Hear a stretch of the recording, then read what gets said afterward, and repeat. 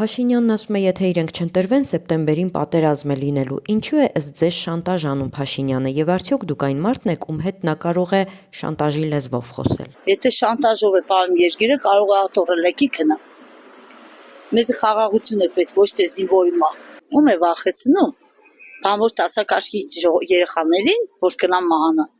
Բյատեղեն նուրան է, թող կա ինքն է պատերազմի։ Եթե պատերազմի, ես համաձայն միատեղեն է թող կա։ Իմ տղեն 44 օրյա մասնակցեց, վիավոր եկել է։ Ինչ արել իմ երեխային։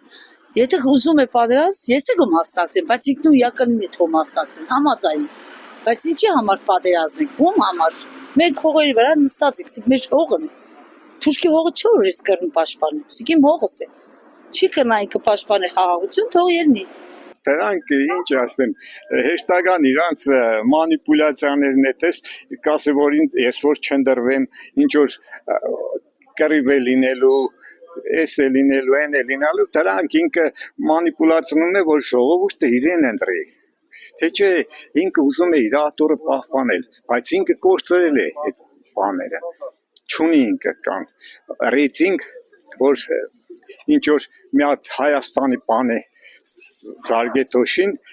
yani es Հայաստանը էս տարածքում է։ Ну, ես էլ չեմ ուզել դրա մասին խոսալ вообще կներեք։ Հա, վախեցնում եմ մեզի, պատերազմ yani պատերազմ չեղեն որ եղնի։ Այդ 5000 երեխու գլուխ կերար, պատերազմ չէր էլի, ինչ էր։ Մի նորից ինչի 5000, 6000 ուսե մամոտ է։ Շանտաժ անում, ես ինքի վարարական իրանք չուներ նման հայտարարություն